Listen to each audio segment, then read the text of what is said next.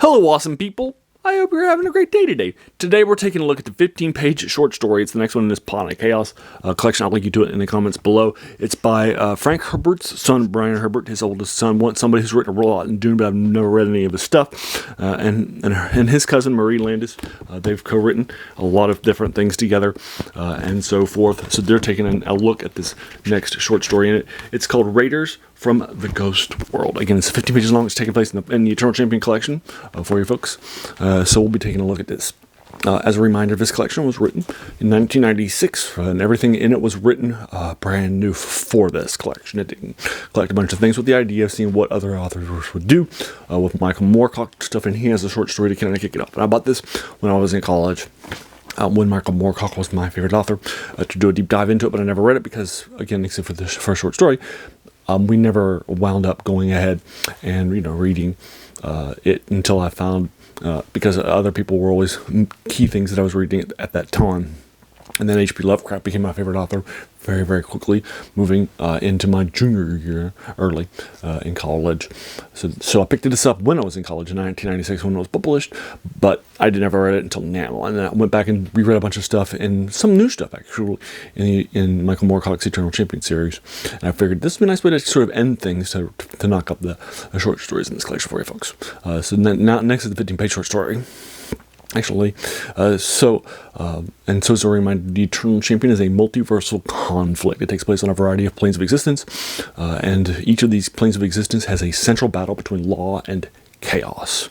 And our Eternal Champion, which are aspects of the same person in these various planes of existence, are fighting, the good fight for balance. Typically, it's chaos that's being the bad guys, and so forth, and that's the case in this short story by Brian Herbert and his cousin Marie Landis for you folks. But that's where it is. And some of these central characters, like Elric and his sword Stormbringer, are big characters, but they were actually created their own. This author duo of brand new. It's set in the future. So it has a science fiction element to it, and such, because it's set in 2787, and in this century, but later. And then it's got two people actually that are fellow police officers, and it's not an eternal champion and a companion, but really more like two eternal champions that are working together, and they're cops over on the west coast of these states.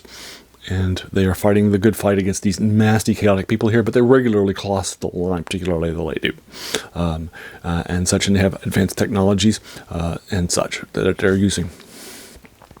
So that's basically what's happening, and they're both aspects of the Eternal Champion. So as soon as they met, they became great friends, and they can read each other's thoughts and so forth, like will happen when other Eternal Champions meet up in various cross-planar things and such.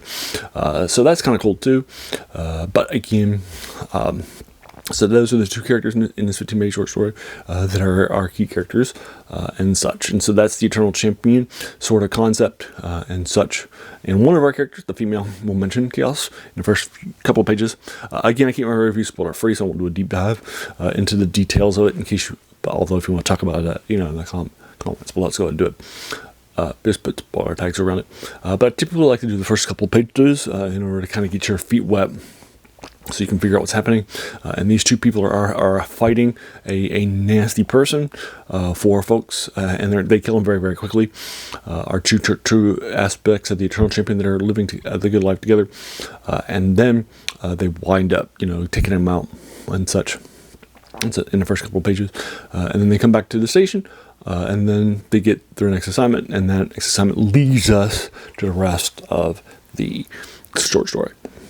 I liked it. This is my first time reading anything by Brian Herbert or Marie, and so forth. And they definitely seem like they're competent writers, and so forth. It doesn't seem like he's just writing. Although by this time, 1996, he would have written a lot. Frank Herbert's son would have done a lot, and so forth. So I wouldn't be opposed actually going back and reading it, because this is well done.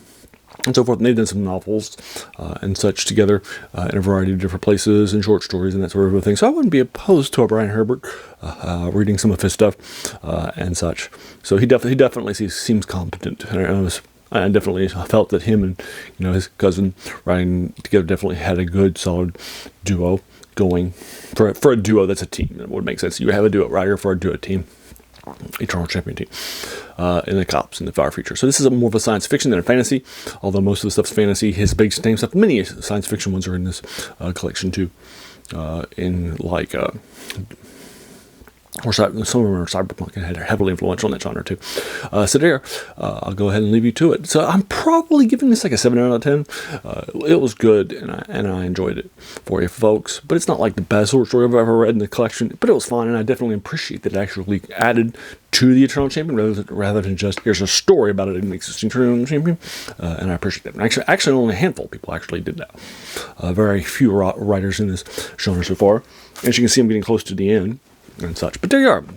I'll go ahead and leave you to it. As a reminder, this channel's name is The Worst Thing About New Books, which is a quote by a French philosopher from the 19th century named Jacques Joubert, who said that the worst thing about them was that they kept us from reading the old ones, right? So a collection that was published in 1996.